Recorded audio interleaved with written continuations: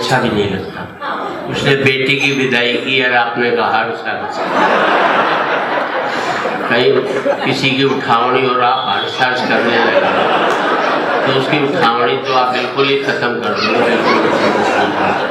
तो हर जगह जो है वो सोच समझ करके वो करना चाहिए। और दोस्तों अब ये रिकॉर्डिंग रहने थे जो ही बंद कर दी क्यों आज रिकॉर्ड करके कल देखकर कल अपनी लुगाई को हंसाएगा। मेरे भरोसे ब्याह करके लाया था क्या? मर्द का बच्चा है तो अपने भरोसे अपनी लुगाई को हंसा मेरे भरोसे। और आज रिकॉर्ड करके कल देखकर हंसेगा, इससे बड़ी मूर्खता नहीं हो सकती। जिंदगी में आज बेहतर जीना सीख जाओगे तो कल अपने आप ही बेहतर होता चलेगा।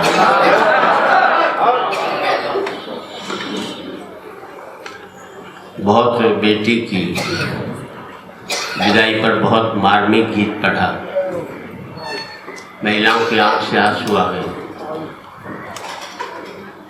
मेरी आंख से भी मेरी पत्नी की विदाई हुई। मेरी पत्नी नहीं, मेरी सास की बेटी की। तो उस समय जो मैं फूट फूट कर रोया वो रोना आज तक खत्म नहीं हुआ। ऐसा नहीं महिलाएं रोती है, पुरुष भी रोते हैं। मौका ही ऐसा था, कोई ऐसी बात है। आज भी आदमी धूजने लगता है कि भाई क्या घटना थी, क्या होती। मैं राजनीति पर ज़्यादा नहीं कहता। मेरा मानना है कि इस देश में सत्ता बदलती है, व्यवस्था नहीं बदलती। चेहरे बदलते हैं, चरित्र नहीं बदलता। मुखौटे बदलते हैं, मन नहीं बदलता। हम राजा का चेहरा बदलते, वो अपना चरित्र कभी भी नहीं बदलता। कोई फर्क नहीं पड़ता इस देश में राजा रावण हो या राम। कोई फर्क नहीं पड़ता इस देश में राजा रावण हो या राम। जनता तो बेचारी सीता है। रावण राजा हुआ तो वनवास से चोरी चली जाएगी, और राम राजा हुआ तो अग्नि परीक्षा के बाद फिर वनवास में भेज दिया। और कोई फर्क नहीं पड़ता इस देश में राजा कौरव हो या पांडव।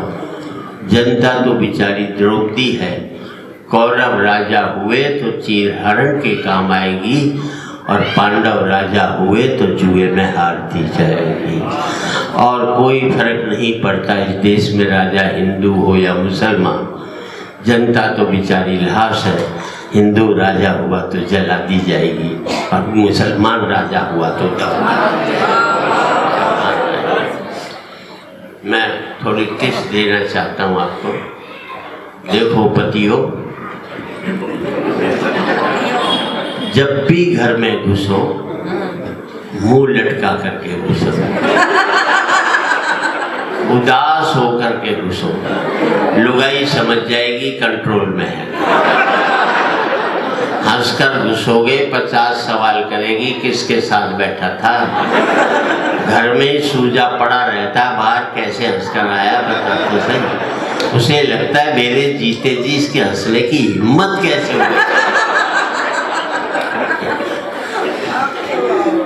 मैं थोड़ी जानकारी आपको बता दूं। मैं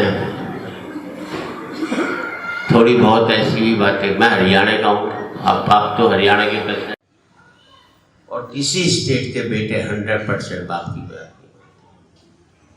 हरियाणा में बाप ने बेटे से कह दिया कल तेरा रिजल्ट आ रहा है, फेल हो जाए तो मुझे अपना बाप मत कहियो। छोरा बोला ठीक। अगले दिन बेटा है, बाप ने पूछा क्या रिजल्ट रहा? बोले छोड़ना राम प्रसाद क्या करता है। इसे कहते हैं बाप। अच्छा, हमें अपने बेटों पर 100% कॉन्फिडेंस होता है। आपको 60-70 होगा हमें।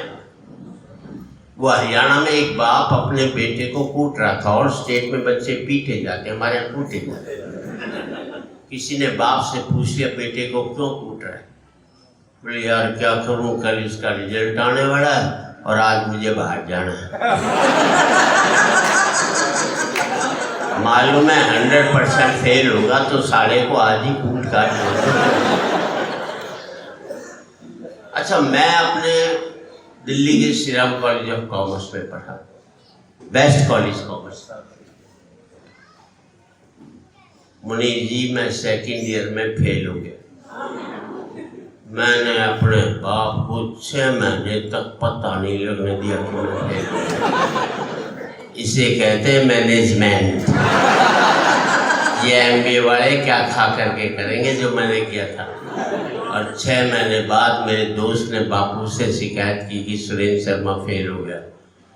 बापू ने कहा फेल हो गया तो क्या हो गया, इम्तिहान कोई कुंभ का मेला जो 12 साल में आएगा, अगले साल दे लेगा कि आप हतारी है। हम अपने बच्चों को इतना तनाव देते हैं कि आज 5वीं 6ठी क्लास के बच्चे आत्महत्या करने लग गए। हमने उनका बचपन मार करके रख दिया। इससे बड़ा अपराध कभी भी नहीं कर सकता। अच्छा, मैंने अपने बेटे से कह दिया था, देख तू 50% से ज़्यादा नंबर मत ले, क्योंकि मेरे ही क्या बनाए थे। ज़्यादा लिया था जिंदगी भर चिढ़ाता रहता। 45% लिया, 95 95 लिया था, अमेरिका भाग लेता। 45% लिया है, साड़ा मुझे दिल्ली छोड़कर गाजियाबाद नहीं जा सकता जी।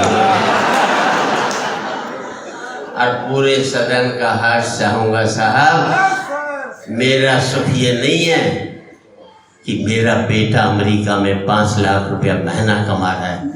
मेरा सुख ये है मेरा बेटा 50,000 रुपया महीना कमा रहा है, लेकिन शाम का खाना मेरे साथ बैठ कर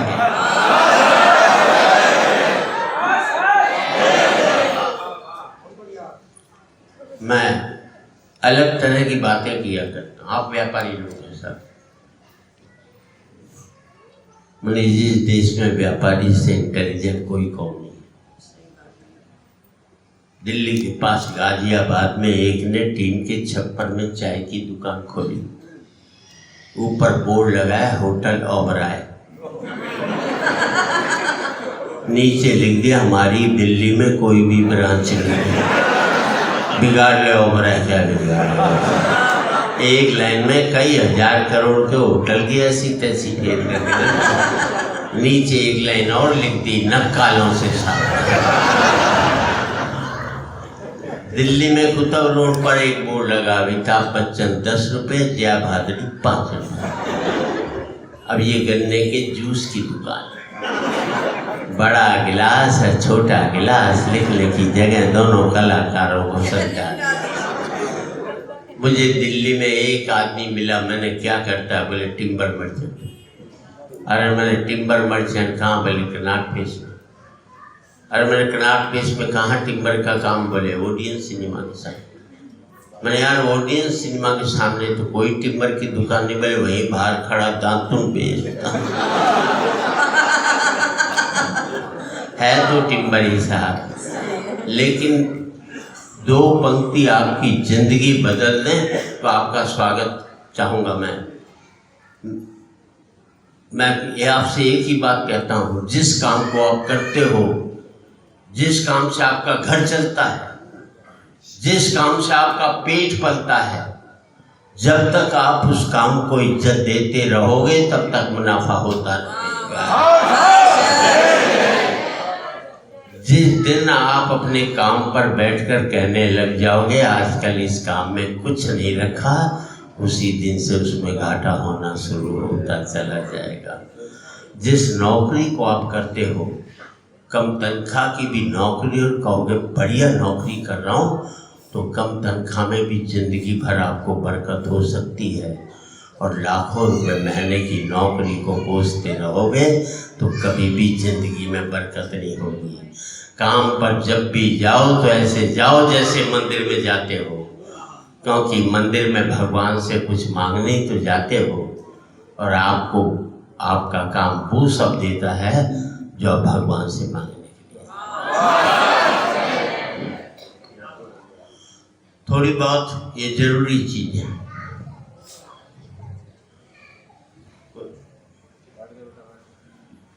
कोई नहीं, बच्चे देश का भविष्य है, लेकिन मेरा वर्तमान चौपट करना है।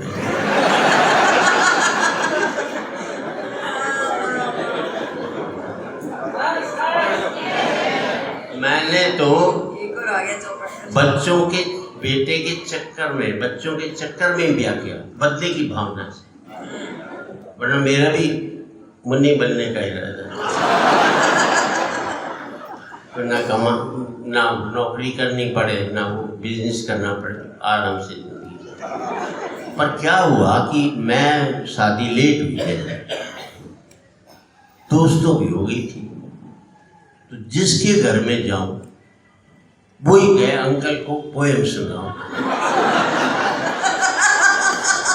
और वही एक कविता twinkle twinkle little star, twinkle twinkle little star मैंने 200 दोस्तों के घर जाकर के सुने। अब बदले की एक ही भावना थी, मैंने फिर शादी की, और जब बेटा हो उसे पीट पीट कर ये कविता याद कर रहे हैं, और उन सब दोस्तों को बुलाया जिन्होंने मुझे कविता सुनाई थी। इस तरह मैंने अपना बदला निकाला। अलग अलग रास्ते होते, कोई ऐसी बात नहीं होती। और थोड़ी बहुत जानकारी दे दूँ मैं साहब, आप यहाँ आए हैं, हम सब के साथ एक ही दिक्कत है, हम सब लोग धर्म को मानते हैं, धर्म की नहीं मानते। हम सब लोग ईश्वर से चाहते हैं, ईश्वर को नहीं चाहते। ये दिक्कत पैदा हो गई।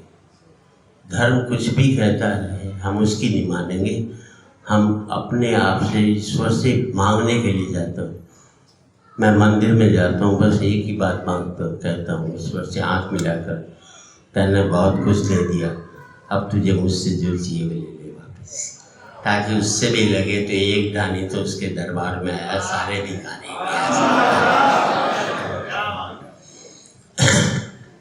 एक आदमी ने जिंदगी भर भगवान को, सब कहते हैं कीर्तन करो, ताली बजाओ, मैं अलग ढंग से सोचता। एक आदमी ने जिंदगी भर भगवान का नाम नहीं लिया, पूरा शहर उसे नास्तिक कहता था। एक दिन पत्नी ने उठाया, बड़े नास्तिक बनते हो, रात को गजब हो गया। उसने कहा क्या हुआ रात को? बोले रात को सपने में तुम्हारे मुंह से राम निकल गया। उस आदमी ने एक वाक्य कहा, प्राण छोड़ दिए। उसने कहा जिस व्यक्ति को मैंने दिल में बसा कर रखा हुआ था, जब वही मेरे मुंह से बाहर निकल गया तो मेरे जिंदा था।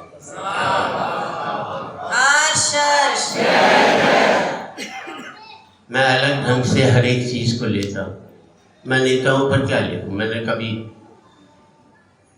कोई, ना तो नेताओं पर कविता लिखना हिम्मत की बात है, ना कोई मर्दानगी की बात है। आप लिखते रहो मोदी जी पर, सोनिया जी पर, क्या फर्क पड़ता है? जिंदगी भर आपको उनसे मिल रही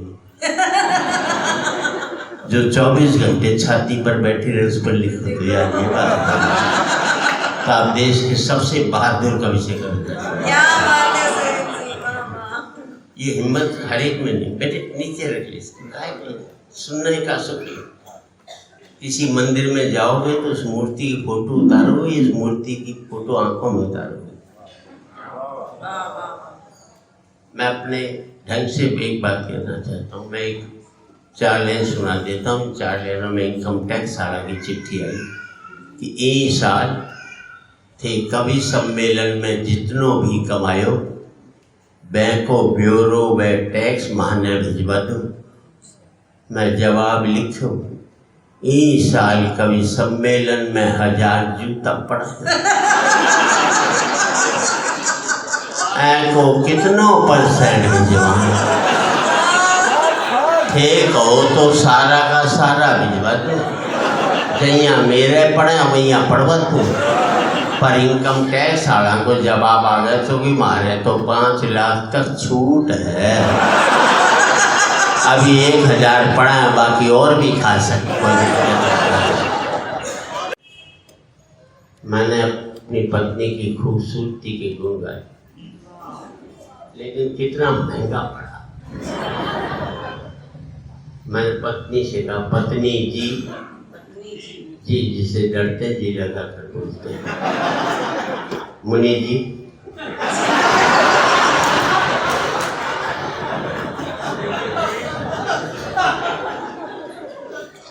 पत्नी जी, मेरो इरादो बिल्कुल ही नेक है, तू सैकड़ा में एक है। घरवाली बोली बेवकूफ में न बनाओ, बाकी 99 कौन है या बता। पति बेचारा गुड़ भी नहीं कर सकता, पति कह लो बेचारा कह लो प्रायवाची शब्द। इन 4 लाइनों में मैंने बेटे को इतनी अच्छी शिक्षा देने की बात करी, लेकिन पत्नी ने फिर भी उसका गलत अर्थ निकाला। मैंने कहा पत्नी जी, मैं छोरा ने राम बनने की प्रेरणा दे दी हूँ, कितनो अच्छो काम करियो हूँ। घरवाली बोली मैं जानू हूँ, थे छोरा ने क्यों राम बनानो चाहो हो, अहिया दशरथ बन के 3 घरवाली लानो चाहो। पति बेचारा बेटे को भी अच्छी शिक्षा नहीं दे सकते। माँ बाप मेरे साथ रहते हैं। आज से 25 साल पहले किसी बेटे से पूछते थे माँ बाप, कहता था मैं उनके साथ रहता हूँ। आज किसी बेटे से पूछो माँ बाप, कहता वो मेरे साथ रहते हैं। तुम अपना भ्रष्टाचार तो मिटा नहीं पाए, सरकार का क्या खा करके मिटा। पहले मैं माँ बाप के साथ रहता था, माँ बाप मेरे साथ रहते हैं, और पूरे सदन का आशीर्वाद चाहूँगा। पहले मैं माँ बाप के साथ रहता था, माँ बाप मेरे साथ रहते हैं। मैं कहना चाहता हूँ आज आपसे, पता नहीं कितने वक्त बच्चों से कहना चाहता हूँ, जो जवान पीढ़ी के लोग बैठे इनसे कहना चाहता हूँ, पता नहीं कितने वक्त की रोटियां माँ बाप ने काट करके तुम्हें इस लायक बनाया है। जिंदगी में इतने लायक मत हो जाना कि माँ बाप को अपने लायक नहीं समझो। पहले मैं माँ बाप के इतने, और बाप बेटे के 2 ही जगह हाथ मिलने चाहिए, फिर समर्थन आपका चाहूँगा, चाहे जैसे करें चाहे हर से। जिंदगी में बाप बेटे के 2 ही जगह हाथ मिलने चाहिए। एक तब जब बेटा छोटा हो, वो चल नहीं पाए, तो बाप उसका हाथ पकड़ करके ले जाए। हाँ, शेर कोई घराड़ी से ज़्यादा खूंखार थोड़ी है। तो मैंने पत्नी से कही, देख शेर की खाल लायो हूँ, पण आज तो गजब ही हो जातो। एक मौको ऐसो आए तो कि शेर मैंने खा जाता। घराड़ी बोली ऐसो हो जातो तो मैं तो बर्बाद ही हो जाती, थारी तो खाल भी कोई काम में कौन। ये मर्दों की मार्केट में है।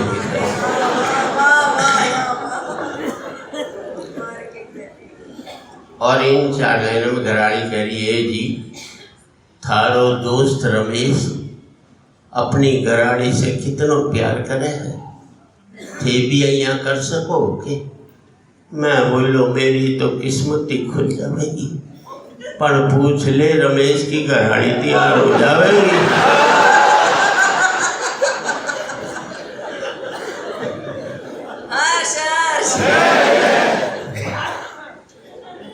नहीं भी बोलूँ तो हंसी से वो काम हो जाता मेरे। जब हंस रहे हो तो ये सारी मेरी राष्ट्रीय रचना है। इसलिए राष्ट्रीय रचना है, जिस कविता पर हिंदू मुस्लिम सिख ईसाई सारे हंसे हैं, तो उससे अच्छी राष्ट्रीय रचना क्या हो सकती है। और सारी बात सुन लेना, किसी को घमंड नहीं करना चाहिए। अभी जैसे क्या है, महिलाएं बैठी हैं, मुझे माफ करें, महिलाएं बहुत कठोर होती हैं, पुरुष बहुत ही कोमल होते हैं। आवाज से पता लगता है।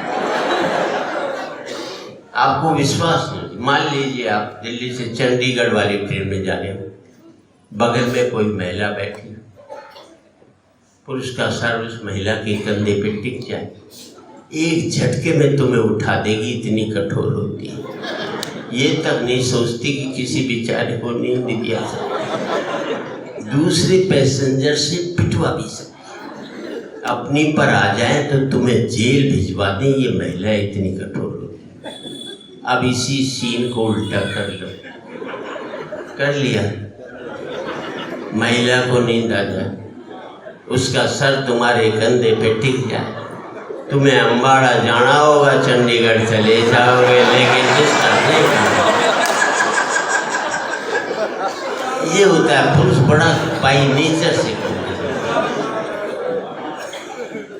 अच्छा, 4 साल 5 साल पहले घटना घटी होगी, आपको याद होगा। मैं सदा से यही मानता रहा कि मेरी पत्नी जो है सत्यवादी हरिश्चंद्र की संतान होगी, कहीं दूर के पोती या पड़पोती होगी। मैंने 7 नवंबर को मुनि जी अपनी पत्नी से कहा 1 लाख रुपए चाहिए, 1 हफ्ते में लौटा दूंगा। बोले आपकी कसम, मेरे पास तो खाने को भी पैसे नहीं, मेरी खाई मुझे विश्वास कर दे। मैं देख किसी कोने में पड़े होंगे, 1 हफ्ते की तो बात है। बोले आपकी माँ की कसम, मेरे पास खाने को पैसे, मेरी खाई, मेरी माँ की खाई, ना अपनी खाई, ना अपने बच्चों की खाई। अब पूरे पति समाज की तालियां चाहूँगा, तालियां नहीं सॉरी, हर चाहूँगा सर, अभी पहले नहीं, बाद में। और साहब 8 नवंबर को मोदी जी ने नोटबंदी लागू की और 9 नवंबर को उसके पास इतने रुपए निकले कि पूरा हिंदुस्तान जाहिर कर सकता था। हमारे साथ दिक्कत ये कि अपने सुलटाए कि लुगाई के सुलटाए, क्योंकि लुगाई के पैसे हमसे भी ज़्यादा थे निकले थे। पर कुछ भी कह लो साहब, घर में बहन बेटी की शादी होती है तो पता नहीं कहाँ से पत्नी आधा दहेज पहले से तैयार करके हमारे आगे रख देती है, लो इस दिन के लिए।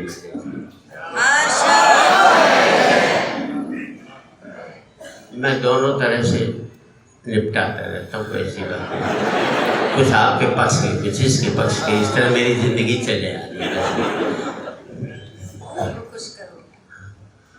क्योंकि सबको खुश रखना जरूरी होता है। घरवाली कह रही है जी,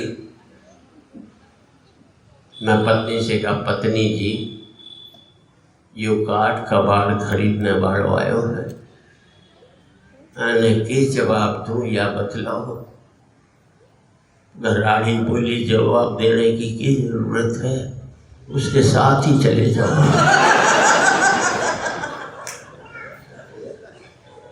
हमारी तो जिंदगी में ये घटनाएं घटती रहती है। और आपको क्या बताऊं,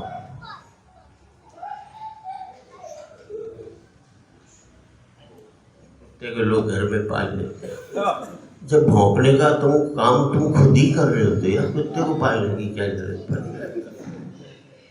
पर यह है कि किसी भी तरह से, आपको याद होगा कई साल पहले सूरत में एक घटना घटी थी। कुछ चूहों ने प्लेग फैलाया था और पूरे संसार ने, भारत से सामान जाने बंद हो गए, आदमी जाने बंद हो गए। 45 लोग मरे थे सूरत के। वहाँ के कमिश्नर ने बहुत अच्छा काम किया था उसमें। मैं अलग ढंग से सोचता हूँ, अमेरिका तक डर गया था हमसे, उसने हमारे आदमी वहाँ जाने बंद कर दिए, सामान लेना बंद कर दिया। वो बहादुर अमेरिका एटम बम वाला चूहे से डर गया। अब हमें भी किसी देश से, मैंने कहा था नहीं डरना चाहिए, उसके पास हथियार है तो अपने पास चूहे, उनको भेज देंगे। और मैं एक ही बात कह रहा हूँ, कुछ चूहों ने 45 लोग मार दिए तो सारा संसार परेशान हो गया। आदमी लाखों जानवरों को रोज मार करके खाता है, कभी भी नहीं सोचता यार उनके लिए कोई तकलीफ होती है।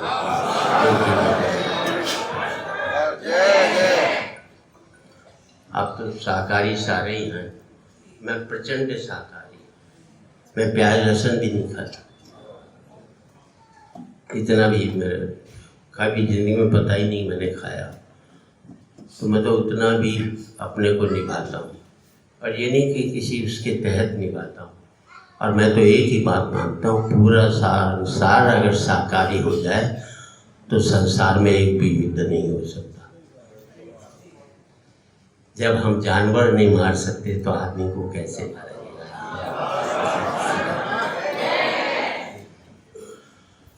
एक सबसे बड़ी जिंदगी में किसी भी बड़े को घमंड नहीं करना चाहिए। छोटे से छोटा कण उसको परास्त कर सकता है। आपका सूर्य तुम बड़े महान हो, उससे बड़ा ताकतवर कोई नहीं। अच्छा लगे तो आपका समर्थन चाहूंगा। सूर्य तुम बड़े महान हो, तुम्हारी महानता को मैं मानता हूं, तुम्हारी ताकत को मैं स्वीकारता हूं, क्योंकि तुम सुखा देते हो नदियां, नाले, पोखर, झरने, तालाब। और अब आपका आशीर्वाद चाहिए, क्योंकि तुम सुखा देते हो नदियां, नाले, पोखर, झरने, तालाब। पर मुझे तुम्हारी कमजोरी पर बड़ा तरस आता है जब तुम नहीं सुखा पाते किसी मजदूर की पसीने की बूंदें।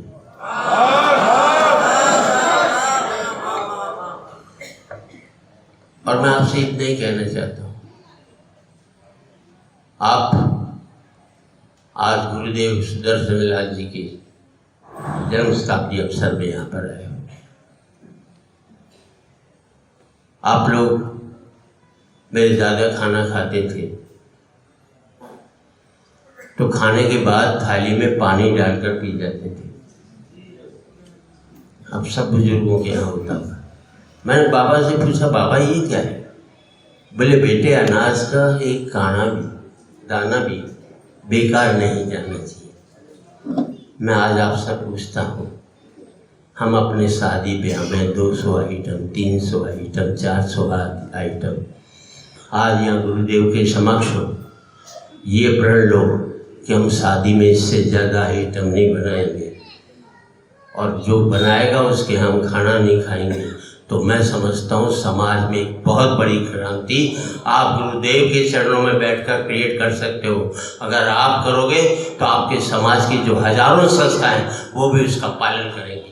तब पता लगे कि यहाँ पर सिर्फ किसी हाथ से मनोरंजन में नहीं आए, बल्कि किसी मकसद से भी आप यहाँ पर आए हो। तो मैं समझता हूँ इसकी जोरदार समर्थन आपके द्वारा होना चाहिए। 25 आइटम तय कर लो, इतना तो आदमी कभी जिंदगी में नहीं खा सकता। मैं तो समझता हूँ एक क्रांतिकारी कदम आपके द्वारा हो जाए तो एक बहुत बड़ी चीज पैदा हो गया।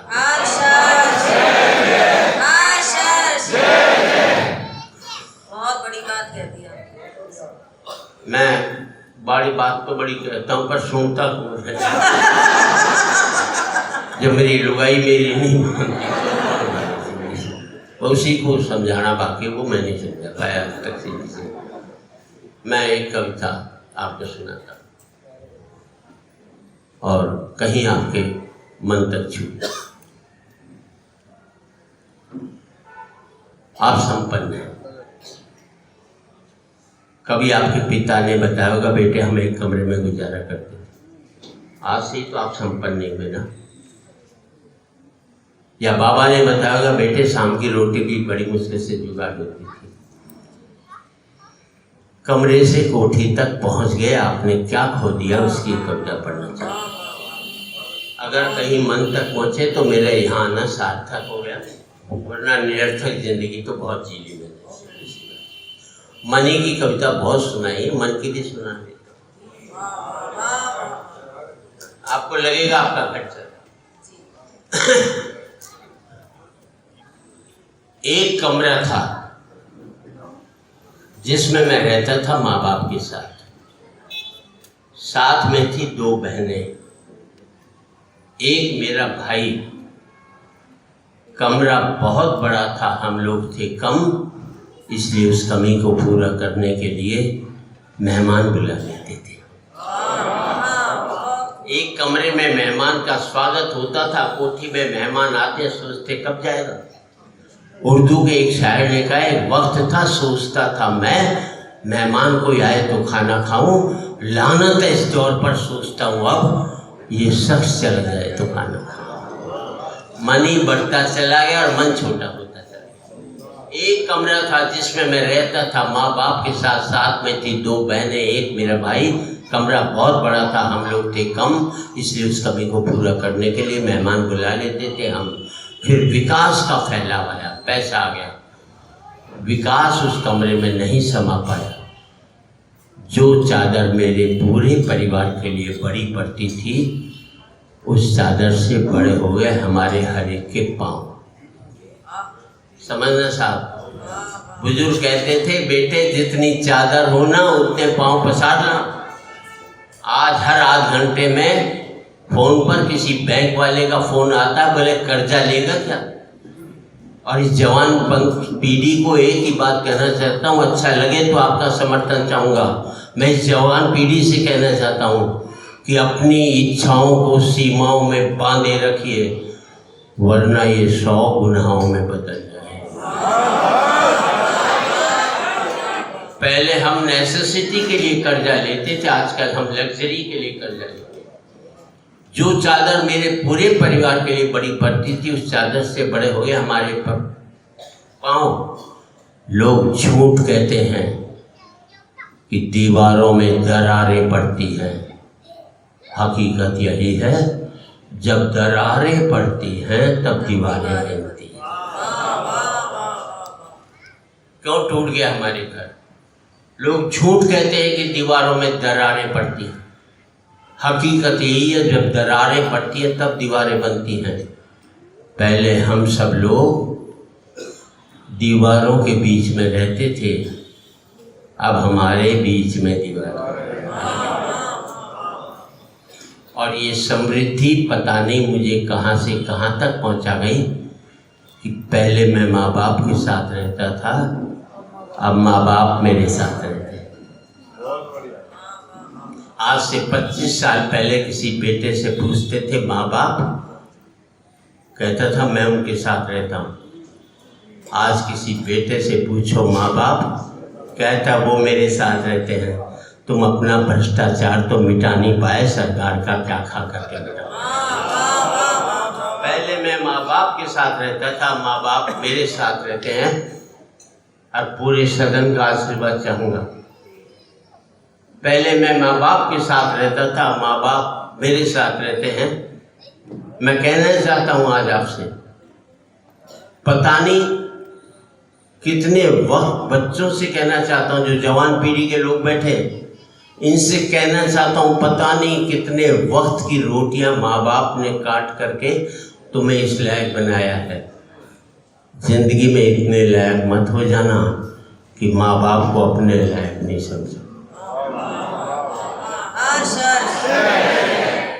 पहले मैं माँ बाप के इतने, और बाप बेटे के 2 ही जगह हाथ मिलने चाहिए, फिर समर्थन आपका चाहूँगा, चाहे जैसे करें चाहे हर से। जिंदगी में बाप बेटे के 2 ही जगह हाथ मिलने चाहिए। एक तब जब बेटा छोटा हो, वो चल नहीं पाए, तो बाप उसका हाथ पकड़ करके ले जाए